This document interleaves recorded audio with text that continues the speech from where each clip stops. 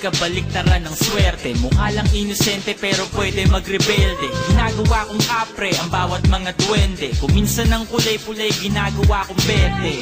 Nakasagutan ko si nanay, si utol na kaaway. Hindi na ako umuwi ng bahay. Nagpunta sa kapitbahay, nakitulog, nakitambay, nakiuso, nakibagay, nakiusok, nakitagay. Pinakain ko ng damo ang pulang kabayo. Paulit-ulit lang umaasang may magbabago. Binusog ko lang lalo ang adik kong pagkatao. Pag nagtalo yung dalawang aso, yung mabuti yung talo. Napalayo sa realidad. Naglalakad ako ngunit akala ko ako'y lumilipad.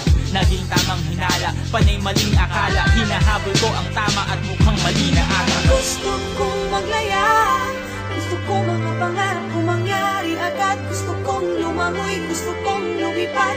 Pakiramdam ko kaya kong gawin ang lahat. Teka, wag kang magmadali, dahan-dahan na.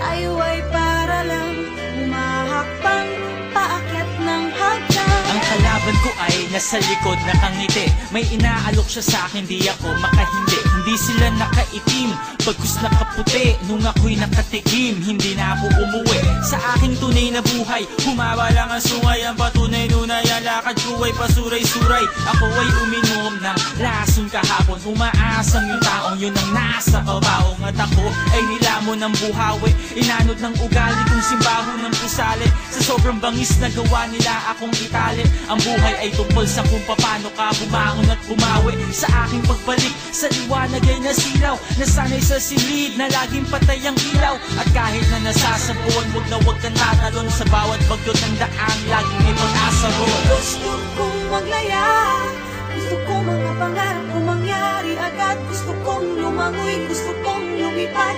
Pakiramdam ko kaya kong gawin ang lahat. Teka, wag kang magmadali, dahan-dahan na.